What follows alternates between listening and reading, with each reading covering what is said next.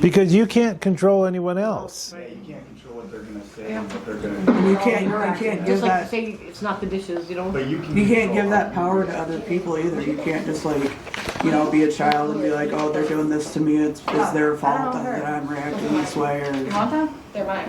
How about this when you give them a script of what they're supposed to say and they don't follow the script? You gotta control your wall on things. A therapist taught me that once. You can only control your own self. You can't place expectations on other people and have them have an impact on you. You're responsible for yourself. So if you can't control what other people are doing, how do you justify that? What do you do?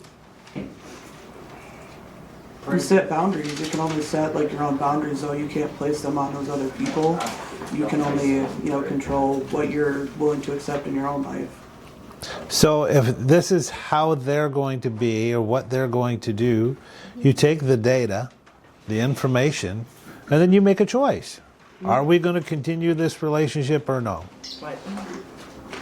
That's it. You don't get it just ingrained in you. You cannot control other people, what they're going to say, what they're going to do, and how they're going to do it. It can be, and especially if you're talking to people that, someone early in recovery or something like that, they're volatile. They're all over the place. They haven't grown up themselves. So our expectation gets us into a lot of trouble and causes a lot of anxiety. I noticed too that when you set a boundary with someone or certain things, you can't put that boundary down. You can't pass that boundary. You can't let somebody else pass it because then they don't take it at face value. Right. If you set the boundary and then just to let them come through again, nobody's going to take you seriously. They're not.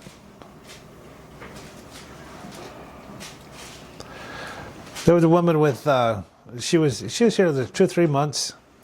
We were in this house meeting, and she found a man that was 6 years sober, and he was all that, right? And I said, you're 3 months sober, he's 6 years sober, what does he want to do with you? I remember that. I was there. And it went on week after week. And I said, look, you are not going to progress in your recovery unless you break this off now. Because what he's doing is wrong. So she sat there right in front of the fireplace, broke it off with him, and never went back. She was on the couch next to me. She was in front of the fireplace. Oh, well, I remember her sitting right next to me, and she was, texted him and everything. Yeah, and she's like, that's it. She was on the couch. And never looked back. Don't get involved in things where you get too attached, because the more you do it, the harder it is to quit. Expectation. And that's whether it's a job or getting involved with a person.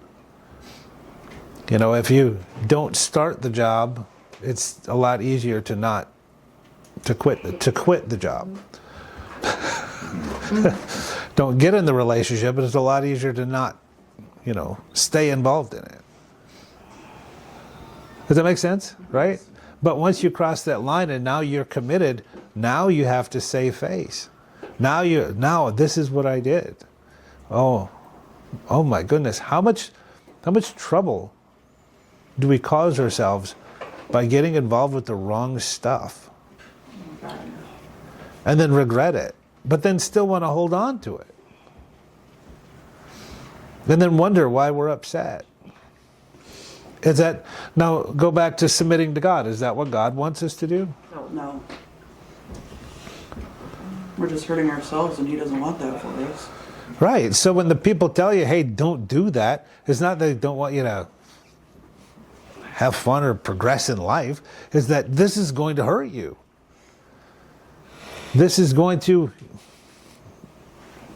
in the long run, see, when I'm thinking, where are we going to be next year, 5 years? Where does this go? Mm-hmm. And that's the perspective you should be thinking too.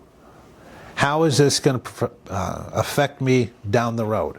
Not, am I going to feel good today? And that those choices require discipline.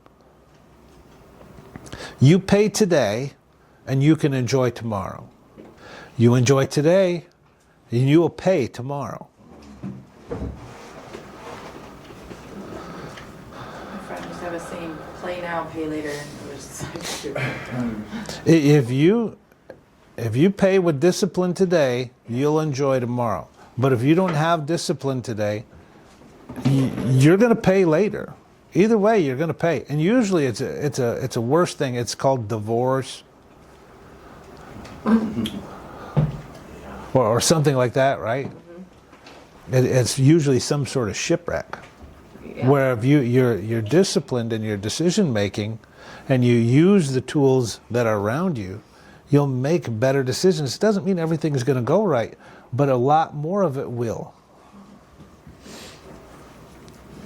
So that gets us back into, submit to God. What does God say? That's why he says no sex before marriage. And it's a man and a woman. So it doesn't matter. I don't care if it's That's what he said. That's what he said. Yep. So we're upholding, either we believe the Bible or we don't. We're upholding God's righteous standard. Anything outside of that is sin. And when we do sin, we ask him to forgive us, and he's faithful and just to do that, and we go on. It's really progress. It's not being perfect.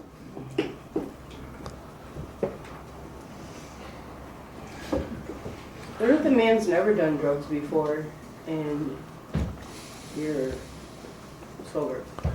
What if a man's never done drugs before and you're sober? Yeah, you're just like a few months sober or something. Score!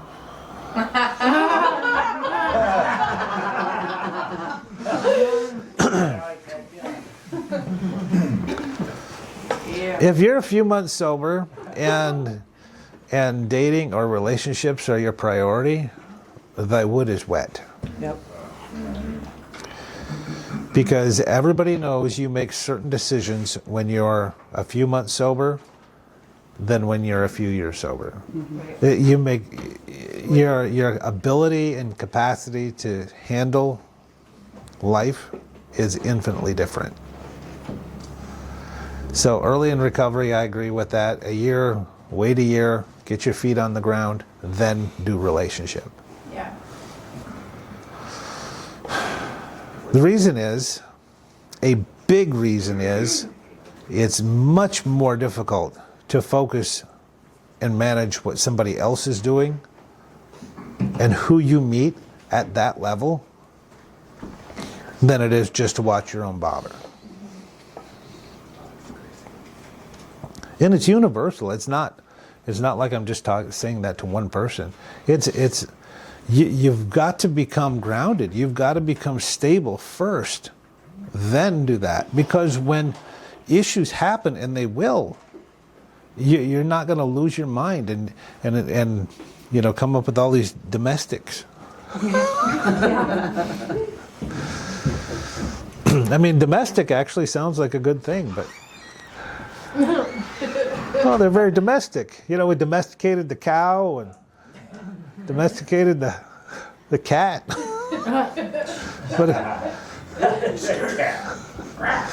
But when we talk about domestic, we know, right?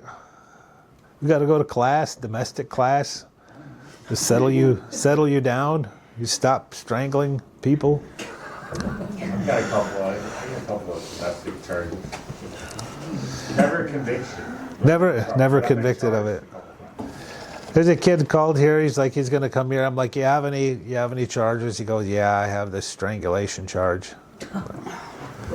Like, how'd that go? He's like, but it really wasn't that. It really was. I said, did you kind of have your hands around her throat, or how did that happen? Was it just one hand? Did it? The half Nelson. Is it the sleeper hold? Yeah, I heard that one.